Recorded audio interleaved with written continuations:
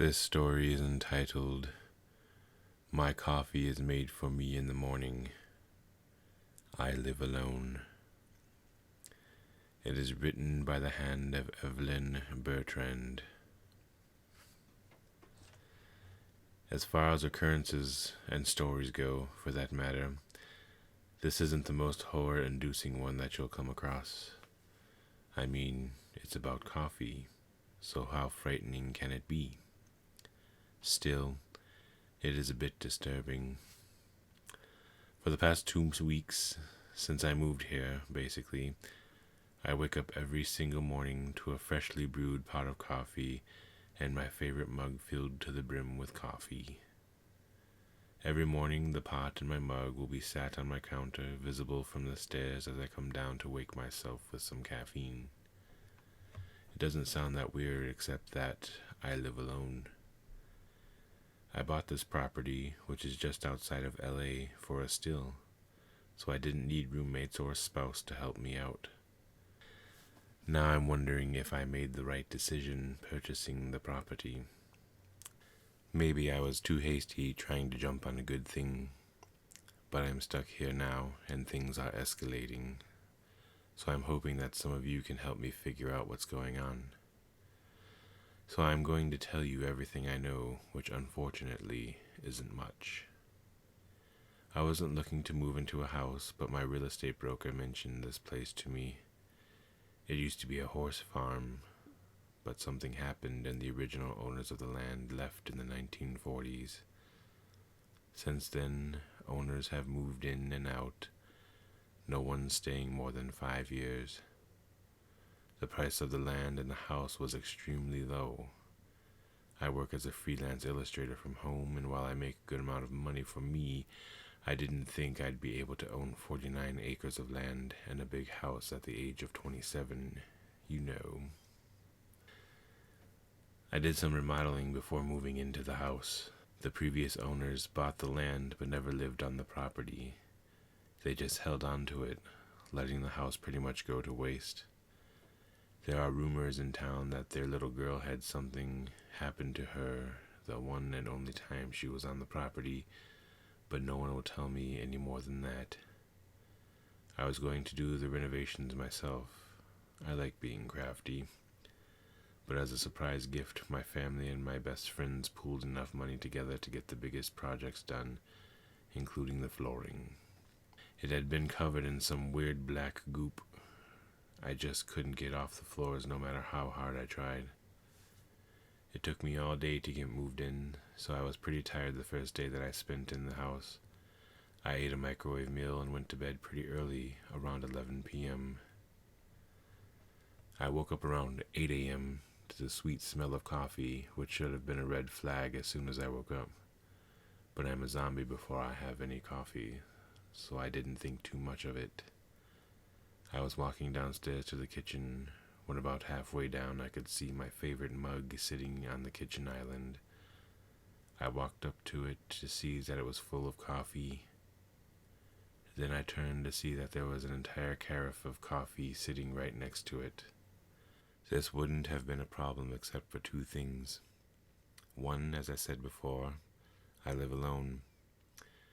No one was staying with me, not even family.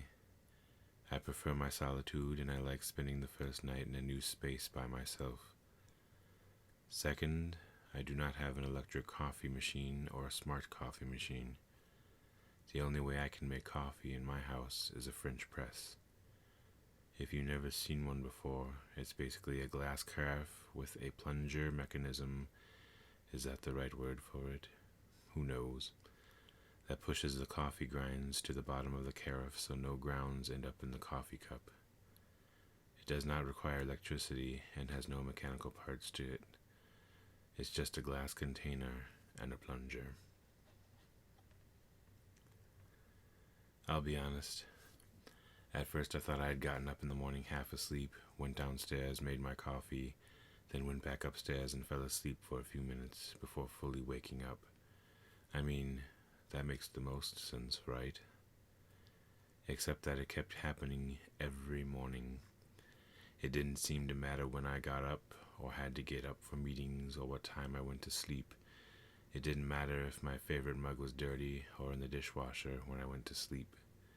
Every morning, in the same place, would be the French press carafe and my favorite mug filled with coffee.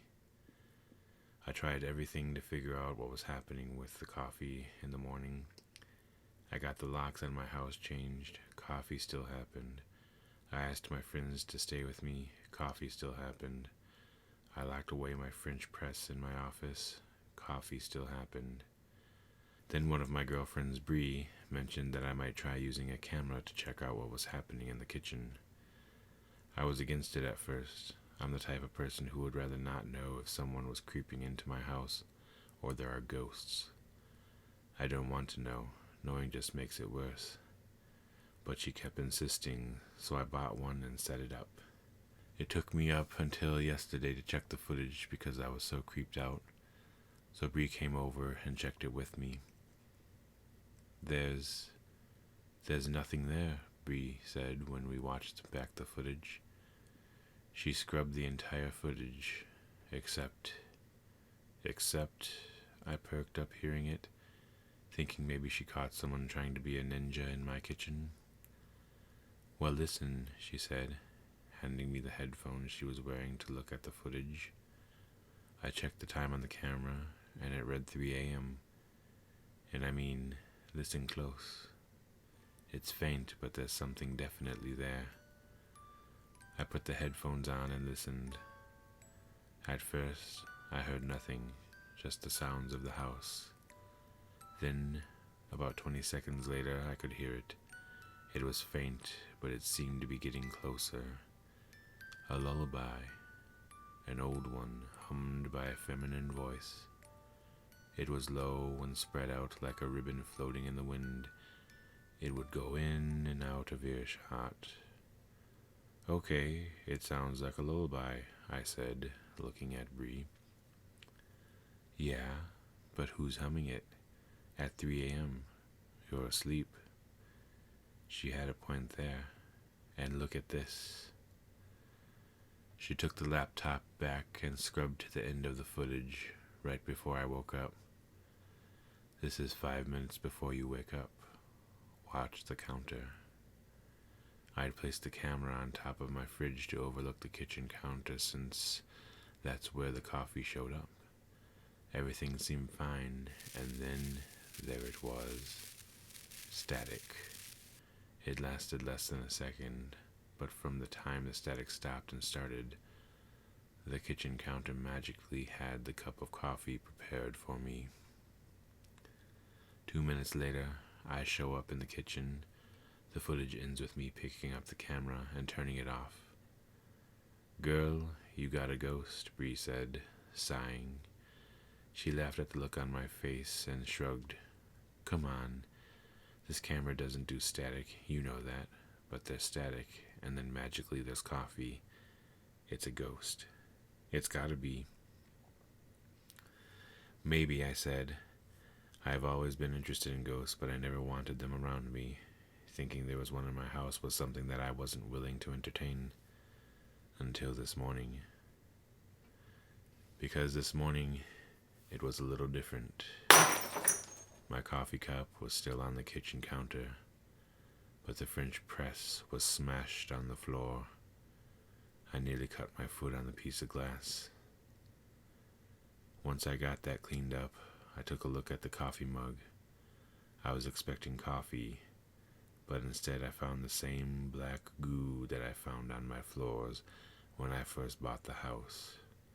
Next to it, on my once clean kitchen counter, read the words, I thought we were friends.